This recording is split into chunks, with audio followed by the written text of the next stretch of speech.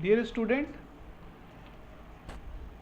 हमारा टॉपिक है comparing quantities और आज हम समझेंगे कंपेयरिंग क्वांटिटीज़ में बेसिक्स। तो देखिए बेटा, जैसे कि हमारा चैप्टर का नाम है comparing quantities, chapter 8 from Pearson. तो इसमें बेसिक्स में कुछ चीज़ें हैं, जैसे कि मैं आपको बता दूं, हम कभी भी जब भी कंपेयर करते हैं तो टू सिमिलर क्वांटिटीज़ का कंपेयर करते हैं। तो बेसिक में हमेशा याद रखिएगा, first we always compare similar quantities, we always compare similar quantities. Okay, similar quantities से मतलब है मेरा कि आप जैसे वेट को कंपेयर करना चाहते हो, वेट कंपेयर होता है किसमें, केजी में। तो आप वेट को कंपेयर करना चाहते हो तो वेट को आप वेट के साथ ही कंपेयर करेंगे, दूसरे वेट के साथ। ठीक है, आप वेट को वेट के साथ ही कंपेयर करेंगे। और अगर आप डिस्टेंस को कंपेयर करना चाहते हो तो आप डिस्टेंस को डिस्टेंस के साथ ही कंपेयर करेंगे, दूसरी यूनिट भी डिस्टेंस की ही होनी चाहिए। ठीक है, तो ये था सिमिलर क्वांटिटीज़ को वी ऑलवेज कंपेयर सिमिलर, यहाँ पे आप लिख लीजिएगा सिमिलर क्वांटिटीज़। ठीक है बेटा, we always compare similar quantities. और सेकंड है units, units should be same, units हमेशा सेम होनी चाहिए, यूनिट शुड बी सेम। ठीक है, यूनिट्स हमेशा सेम होनी चाहिए। जैसे इस एग्जांपल, अगर आप केजी को कंपेयर कर रहे हैं तो आप उसको केजी के साथ ही कंपेयर करेंगे। अगर आप किलोमीटर को कंपेयर कर रहे हैं तो उसको आप ऐसा नहीं मीटर के साथ कंपेयर करने लगे, तो पहले आपको मीटर को भी किलोमीटर में चेंज करना है, तब आप उसे कंपेयर करेंगे। ऐसे ही आप अगर सेंटीमीटर को कंपेयर कर रहे हैं तो उसको सेंटीमीटर के साथ ही कंपेयर करेंगे। क्लियर हुई बात, समझ में आया ये? Yes sir.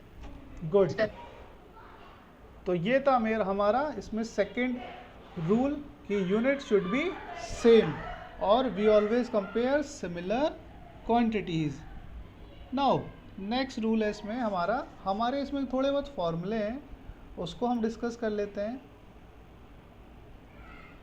देखिए बेटा, रेशो, कुछ रेशो का जो प्रपोर्शन होता है, कुछ प्रपोर्शन, जैसे मैं आपको बात करता हूँ, सम प्रपोर्शन जो है वो डायरेक्ट होते हैं, जिसको हम कहते हैं डायरेक्ट प्रपोर्शन। ठीक है, कुछ प्रपोर्शन इनवर्स होते हैं, जिसको हम कहते हैं इनवर्स प्रपोर्शन।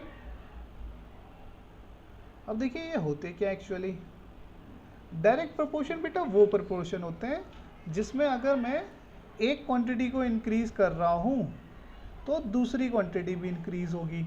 मतलब जैसे मैं आपको बताता हूँ एग्जांपल इसका, अगर मैं ये बोल रहा हूँ कि हमारे यहाँ पर 10 लड्डू थे, हमारे यहाँ पर 10 लड्डू थे और मैं और मेरा भाई मिलके 10 लड्डू खा सकते हैं, है ना।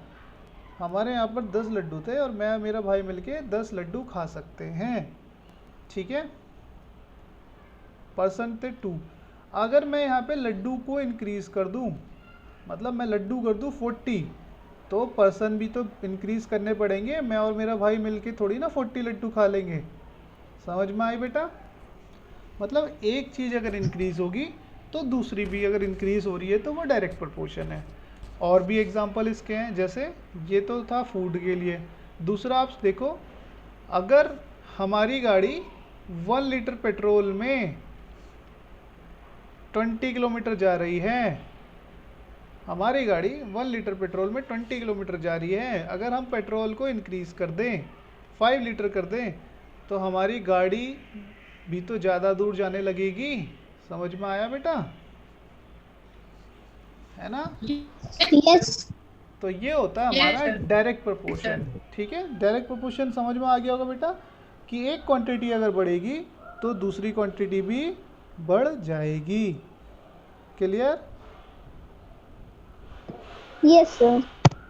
चलिए अब आगे देखिए, इनडायरेक्ट प्रोपोर्शन क्या होता है। देखिए बेटा इनडायरेक्ट प्रोपोर्शन क्या होता है, बहुत ध्यान से समझिएगा।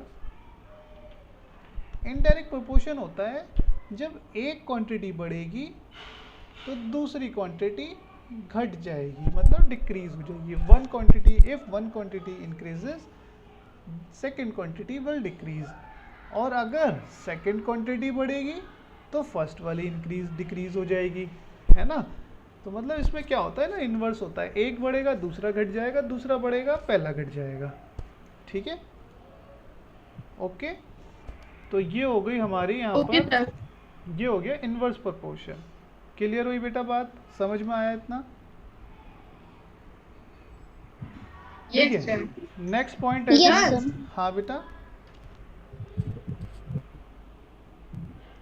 यस बेटा बोलिए। सर इनवर्स प्रोपोर्शन का sir example yes. Okay, example दे देते हैं बेटा। सर इनवर्स प्रोपोर्शन का सर एटीट्यूड सर एग्जांपल हो सकता है ना? हाँ, मैं इसका एग्जांपल देता हूँ आपको, ठीक है। एग्जांपल से आपको अच्छा समझ में आ जाएगा। एग्जांपल सुन लीजिए बेटा ध्यान से, ठीक है बेटा। हाँ, ये बहुत सही बताया आपने कि जैसे जैसे हाइट बढ़ेगी, एल्टीट्यूड बढ़ेगा, वैसे वैसे ऑक्सीजन लेवल क्या हो जाता है बेटा, कम हो जाता है, नहीं हो जाता, ठीक है। समझ में आया बेटा? हाइट बढ़ेगी, आपको पता है ना माउंटेन्स में जो हम चढ़ते हैं, पहाड़ों पे हम चढ़ते हैं, जितनी ज़्यादा हाइट पर हम होंगे ऑक्सीजन लेवल उतना कम हो जाता है ना। तो height will, if height increases oxygen decreases, है ना। एक तो ये एग्जांपल हो गया, और इसका एक एग्जांपल देखिए बेटा। अगर देखिए हम कुछ लोगों से अगर काम करवा रहे हैं, तो अगर हमारे लोग ज़्यादा हो गए तो नंबर ऑफ डेज कितने हो जाएंगे, नंबर ऑफ डेज कम हो जाएंगे, नहीं हो जाएंगे। जैसे सपोज बेटा हम किसी से काम करवा रहे हैं, आपका घर बन रहा है, सपोज आपके घर का कंस्ट्रक्शन चल रहा है, your house construction is going on. If the number of the workers increases then your house will be constructed in fewer number of days, है ना। अगर आपके घर का काम चल रहा है और अगर आपके घर में ज़्यादा मजदूर काम करने के लिए आते हैं, तो आपका घर जो है वो कम दिनों में बन जाएगा, नहीं बन जाएगा बेटा? समझ में आया? Yes, sir. है ना। Yes, क्योंकि sir. ज़्यादा मजदूर क्या है, ज़्यादा काम करेंगे। अगर काम ज़्यादा हो रहा है तो दिन कम लगेंगे, और अगर दिन ज़्यादा लग रहे हैं तो इसका मतलब क्या है कि काम कम हो रहा है। समझ में आया? क्लियर हो गई बात बेटा? Yes. Yes, sir. Clear. ठीक है, तो देखिए आपको मैंने समझा दिया डायरेक्ट प्रोपोर्शन क्या होता है, इनडायरेक्ट प्रोपोर्शन क्या होता है। अब बेटा हम इसके ना यूजेस का समझ लेते हैं, यूज़ क्या होता है एक्चुअली इनका, ठीक है।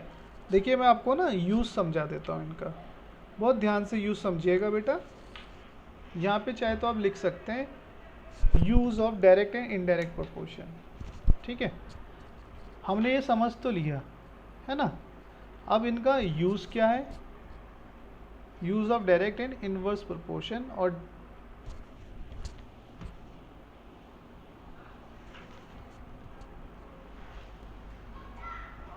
देखिए बेटा इसके ऊपर काफ़ी सारे क्वेश्चंस आएंगे इस चैप्टर में, बहुत सारे क्वेश्चंस आएंगे, तो वहाँ पर इनका यूज़ है। सपोज मैं इसको एग्जांपल से समझाऊंगा।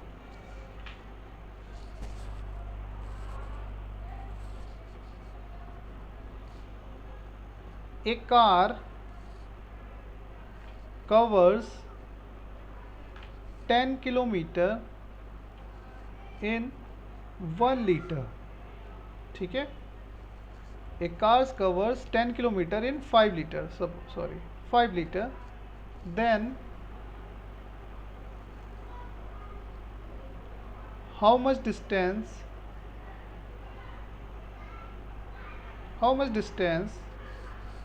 it will cover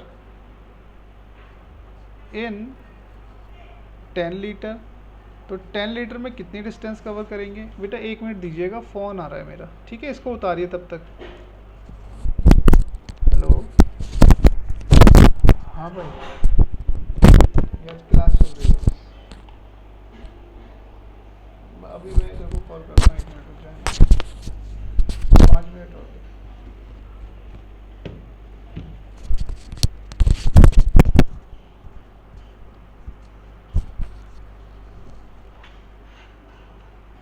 हेलो, तो उतार लिया बेटा, नोट डाउन कर लिया सबने?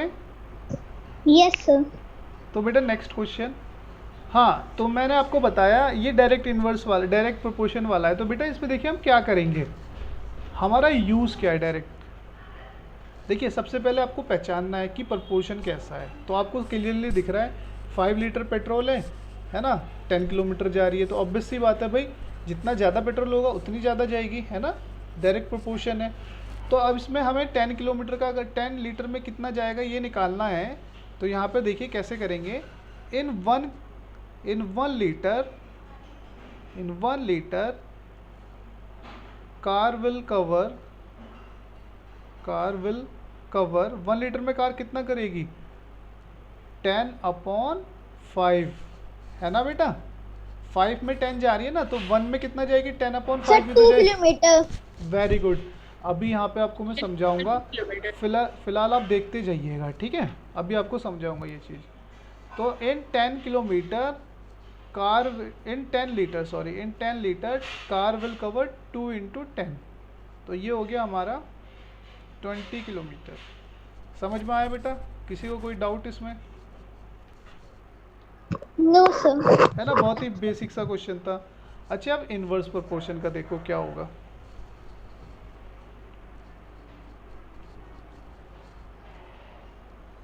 three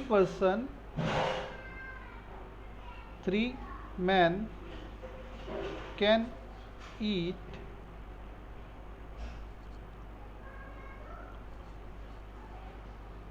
30 apples in 1 day, ठीक है।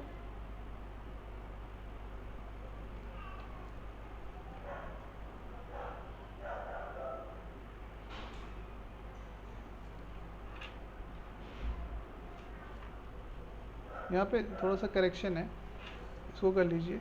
3 men can eat some apples in 15 days।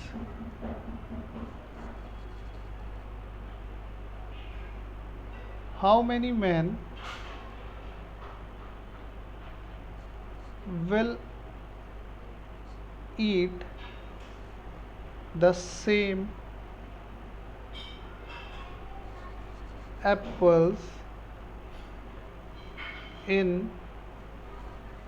5 days? ये हमारा क्वेश्चन है।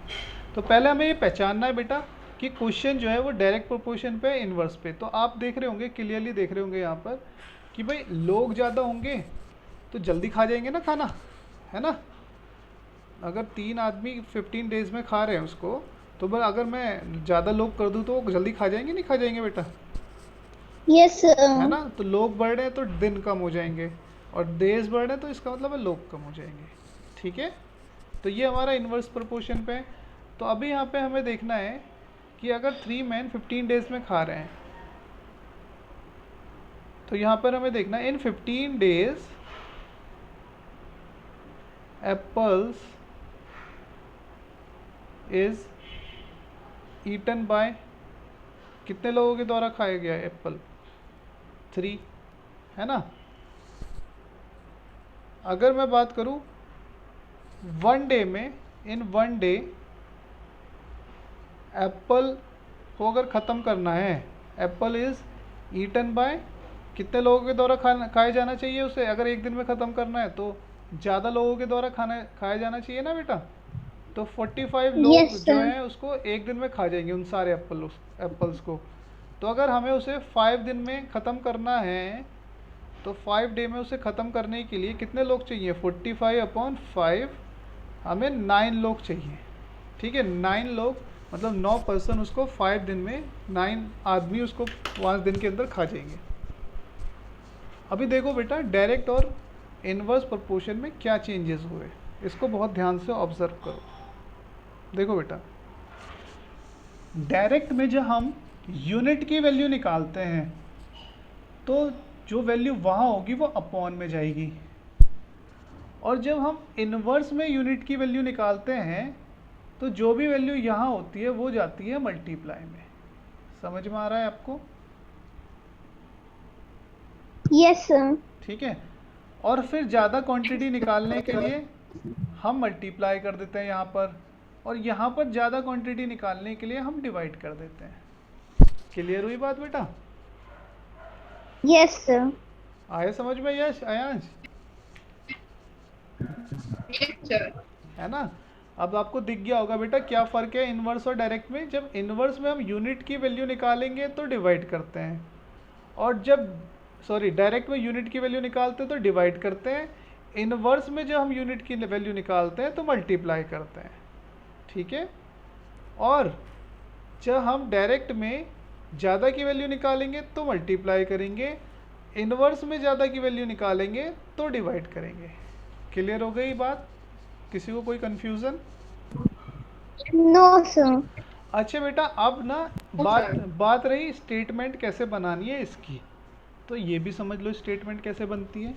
देखो बेटा, हमें ना आखिर में निकालना क्या है वो बड़ा इम्पोर्टेंट है। हमें आखिर में क्या निकालना था इसमें कि 10 लीटर में कितना जाएगी, मतलब लीटर हमें दिया हुआ था ना, पेट्रोल की क्वांटिटी हमें दी थी। तो ऊपर जो क्वेश्चन है उसमें जो पेट्रोल की क्वांटिटी दी है, जैसे ऊपर क्वेश्चन में 5 लीटर दिया था ना, तो उसको हमें लेफ़्ट साइड में लिखना है। ठीक है, याद रहेगा। जैसे यहाँ पर बेटा हमें क्या दिया था, डेज दिया हुआ था, तो ऊपर जो डेज दिया है उसे हमें लेफ़्ट साइड में लिखना है। स्टेटमेंट आपकी कभी गलत नहीं होगी। क्लियर हो गई? Yes, sir. जो भी हमें क्वांटिटी दी है जिस भी चीज़ की, उसे आप लेफ़्ट साइड में लिख दो सिंपली, बस क्वेश्चन करते जाओ, आंसर आ जाएगा। डायरेक्ट में पता है आपको कि लेफ़्ट साइड में जब हम यूनिट की वैल्यू निकालते हैं, है ना, तो डिवाइड होता है, और इनडायरेक्ट में या इन्वर्स में जब भी हम लेफ़्ट साइड में यूनिट की वैल्यू निकालते हैं तो मल्टीप्लाई होता है। अभी आपको ये समझ में आया डायरेक्ट और इन्वर्स प्रोपोर्शन? कोई दिक्कत किसी को? No, sir. तो बस No, बेटा sir.